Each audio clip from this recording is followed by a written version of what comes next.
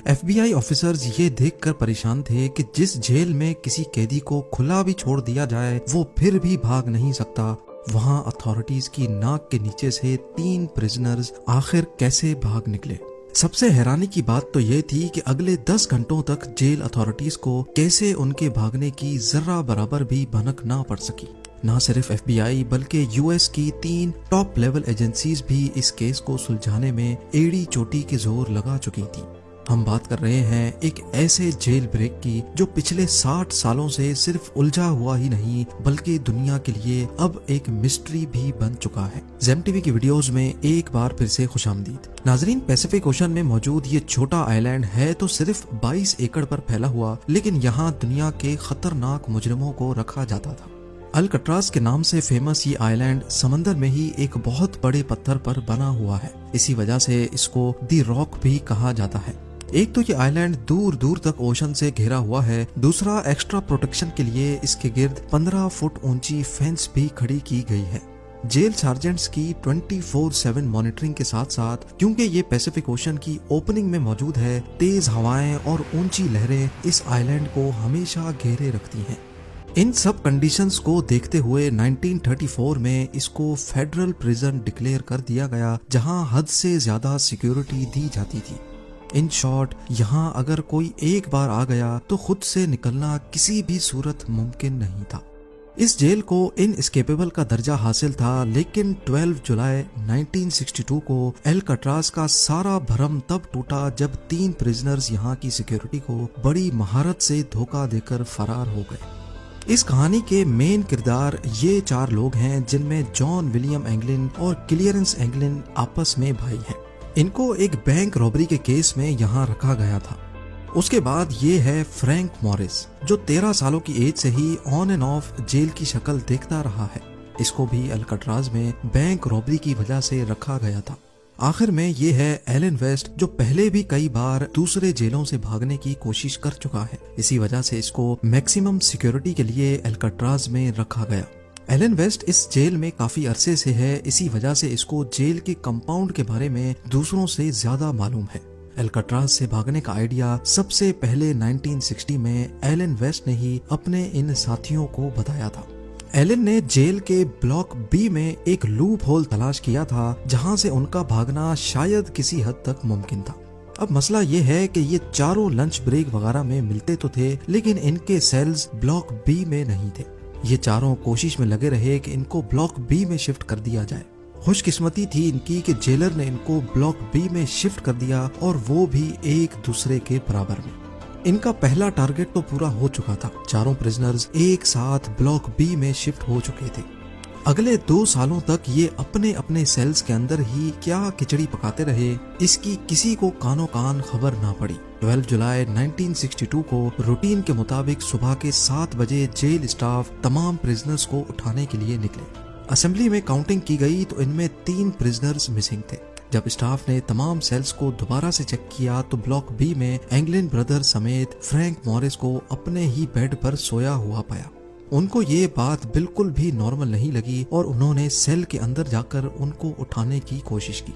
इसी दौरान वो क्या देखते हैं कि तीनों सेल्स के बेड पे सिर्फ डमी हेड्स पड़े हुए थे।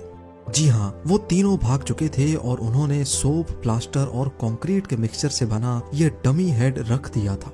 इनमें से एक हाथ लगने की वजह से जमीन पर गिरकर टूट भी गया, जिसको इस फोटो में भी देखा जा सकता है। ये मंजर देखकर पूरे जेल स्टाफ के होश खता हो चुके थे। उन्होंने ये समझकर कि प्रिजनर्स आइलैंड से बाहर तो जा नहीं सकते, पूरे आइलैंड की छानबीन शुरू कर दी, लेकिन कहीं भी उनका नामो निशान ना मिल सका। सबको एक ही चीज सताए जा रही थी कि इतनी हाई सिक्योरिटी में एक भी नहीं 3 प्रिजनर्स भागे तो भागे कैसे। याद रहे कि इन भागने वालों में एलन वेस्ट नहीं था, जिसका असल में ये सारा प्लान था। इन्वेस्टिगेशन टीम बुलवाई गई और FBI को भी रिपोर्ट किया गया। ये देखा गया कि तीनों अपने सेल की दीवार में लगे छोटे वेंट को तोड़कर बाहर निकले हैं। हैरानगी तो तब हुई जब दीवार की परली साइड पर 3 नहीं बल्कि 4 सेल्स के वेंट डैमेज थे। जी हाँ, ये चौथा वेंट एलन वेस्ट के सेल का था, जो किसी वजह से अपने वेंट से बाहर निकलने में नाकाम रहा था। एलन वेस्ट को अब अच्छी तरह मालूम पड़ चुका था कि उसके बचने का कोई चांस नहीं है। लिहाजा उसने इसी बात में अपनी भलाई मानी कि इन्वेस्टिगेटर्स को सारा प्लान बता देना चाहिए। यहीं एलन ने एतराफ किया था कि सारा प्लान असल में उसी का था। उन्होंने ये डमी हेड्स बनाए थे और इसमें लगे बाल उन्होंने जेल के अंदर हेयर कट के दौरान ही चुराए थे। चारों सेल्स की बैक वॉल पे एक छोटा वेंट था जिसकी साइज 5 बाय 9.5 इंच थी। एलन को इन सेल्स का लूप होल मालूम था क्योंकि वो जेल की मेंटेनेंस में भी काम कर चुका था। उसको मालूम था कि इसकी दीवारें सिर्फ 6 इंच मोटी हैं और वेंट के सुराख को आसानी से बड़ा किया जा सकता है। 6 महीनों से चारों प्रिजनर्स मौका ढूंढकर इस वेंट के गिर्द सुराख करते थे। वो किचन से चुराए हुए चमचों की मदद से ये काम करते थे, जबकि आखिर में इन्होंने जेल के वैक्यूम क्लीनर की मोटर से एक ड्रिल मशीन भी बनाई थी। वो इस खुदाई को सीक्रेट रखने के लिए इसके आगे अपने म्यूजिकल इंस्ट्रूमेंट या फिर कोई सामान रख देते थे। ये सारा काम खास तौर पर म्यूजिकल आवर के दौरान किया जाता था, जब जेल ब्लॉक में काफी शोर शराबा होता है। वेंट एक कॉरिडोर में निकलता था जहां कोई सिक्योरिटी नहीं थी। यहाँ से एक ड्रेन पाइप सीधा ब्लॉक की छत पर जाता है जहां वो अक्सर मेंटेनेंस के लिए काम करते थे। एल्काट्राज में प्रिजनर्स को बिजी रखने के लिए उनसे मेंटेनेंस का काम करवाया जाता था। ये चारों प्रिजनर्स भी मेंटेनेंस करने छत पे जाया करते थे और इस बहाने वो अपने भागने के प्लान के लिए हर छोटी से छोटी चीज का जायजा भी लेते थे। छत से वो एक और पाइप को यूज करके नीचे उतरे और फिर आइलैंड की 15 फुट बड़ी फेंस को टॉप कर भाग निकले। उन्होंने अपनी सारी तैयारी पूरी कर रखी थी। रबड़ रेन कोट्स को जोड़कर अपने लिए एक इन्फ्लेटेबल राफ्ट भी पहले से ही बना रखी थी। ये रेन कोट्स जेल एडमिनिस्ट्रेशन की तरफ से ही दिए जाते थे, जो वो बहाने बहाने से इकट्ठे करते जा रहे थे। इसके अलावा रेन कोट से ही उन्होंने अपने लिए लाइफ जैकेट की तरह कोई चीज भी बनाई थी, जो कि राफ्ट के काम ना करने पर उनको पानी में डूबने से बचाएगी। पर एफबीआई के लिए असल सवाल अभी तक यही था कि भागने वाले प्रिजनर्स अब कहाँ हैं। उनके चौथे साथी एलन वेस्ट ने बताया कि प्लान के हिसाब से इनको सबसे पहले एल्काट्राज के नॉर्थ में एंजल आइलैंड से गुजरकर मेन लैंड में उतरना था, जहां सिक्योरिटी ना होने के बराबर होती है। वहां से इनको एक गाड़ी और कुछ कपड़े चुराने थे। एल्काट्राज के गिर्द सारे मेन लैंड्स पर छानबीन की गई, लेकिन कहीं से भी चोरी या रॉबरी की कोई रिपोर्ट नहीं मिली। इम्पॉसिबल सिक्योरिटी को चकमा देकर भागने वाले प्रिजनर्स को समंदर निकल गया, या फिर एलन वेस्ट की कहानी भी एफबीआई को चकमा देने के लिए बनाई गई थी। उन तीनों का कहीं कोई नामो निशान नहीं मिल रहा था। ब्लॉक बी की छत पे मौजूद फुटप्रिंट्स, जहां ये सारी चीजें बनाई गई थी, वो सीक्रेट वर्कशॉप और जिस पाइप पर लटक कर वो नीचे उतरे थे उस पर पैरों के निशान देखकर ये तो वेरीफाई हो गया कि एलन वेस्ट की कहानी झूठी नहीं है।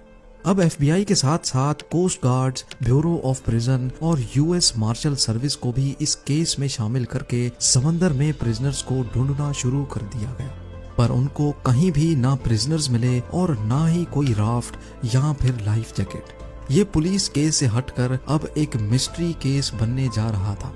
अगले 4 दिनों में कोस्ट गार्ड्स को तैरता हुआ लकड़ी से बना एक पैडल मिला, जो कि माना जाता है कि उस राफ्ट का ही पार्ट है। उसके बाद रेन कोट से बने 2 बैग्स भी मिले, जिसमें प्रिजनर्स का पर्सनल सामान जैसा कि फैमिली फोटो और लेटर्स वगैरह मौजूद थे। इससे ये अंदाजा लगाया गया कि तीनों प्रिजनर्स जिंदा मेन लैंड पर नहीं पहुंचे, क्योंकि ये आइटम्स ऐसे हैं जिनको कोई भी प्रिजनर आसानी से नहीं छोड़ता। कोई भी डेड बॉडी 2 दिनों के बाद पानी के सरफेस पे फ्लोट करने लगती है, लेकिन अगले कई महीनों तक इन्वेस्टिगेशन टीम को ना कोई बॉडी मिली ना कोई बॉडी पार्ट। एक थ्योरी ये भी है कि तीनों प्रिजनर्स राफ्ट से नहीं तो स्विम करके मेन लैंड पहुंच गए होंगे, क्योंकि 1962 में एस्केप के बाद एफबीआई ने एंगलिन ब्रदर्स की फैमिली पर कड़ी नजर रखी हुई थी। उनके एक भतीजे डेविड विडनर ने एफबीआई को बताया कि जॉन और क्लेरेंस के बड़े भाई ने मौत के वक्त अपनी बहनों को बताया कि उनके भाई सही सलामत मौजूद हैं और वो उनके साथ कांटेक्ट में है।